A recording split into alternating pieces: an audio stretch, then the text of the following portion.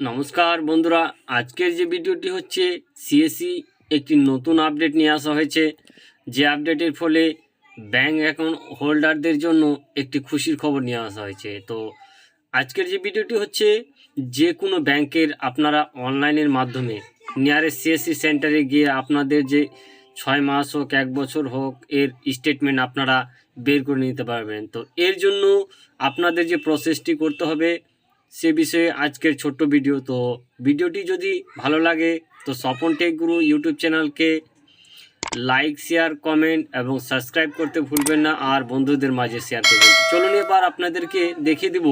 তো এর জন্য প্রথমে আপনাদের যে ডিজিটাল সেবা লগ ইন হয়ে যাওয়ার পরে আপনাদেরকে আমি আমার যে পোর্টাল লগ ইন হয়ে গেলাম। তো এখানে সার্চ বারে লিখে দেব, EGG, অর্থাৎ এখানে যখনই আমি এটি লিখবো তো লেখা আছে কি ফাইন্যান্সিয়াল স্টেটমেন্ট।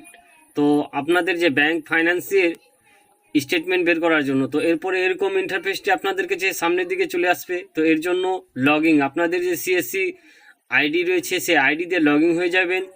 লগইন হয়ে যাওয়ার পরে এখানে এরকম করে আপনাদের ইনফরমেশনটি দেখতে পারবেন। তারপরে এখানে রিফ্রেশ বোতামে ক্লিক করে দেবেন।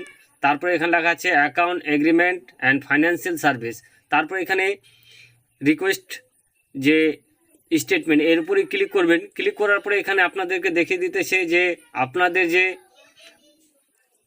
এন্টার মোবাইল নাম্বার, অর্থাৎ আপনার মোবাইল নাম্বারটি এখান থেকে দিয়ে দিবেন। তারপরে এখান থেকে মেল আইডিটি ফিল করবেন, তারপরে প্যান কার্ড নাম্বার ফিল করে দেবেন, তারপরে ব্যাংক ফিল করে নেবেন। ব্যাংক ফিল করার পরে এখানে দেখতে পাচ্ছেন নিচের দিকে একটি অপশন পেয়ে যাবেন। আপনাদের যে কাজটি করতে হবে, কয় মাসের জন্য আপনারা স্টেটমেন্ট চাইতেছেন সেইভাবে আপনাদের যে অ্যাকাউন্ট থেকে অর্থাৎ চার্জেস করা হবে।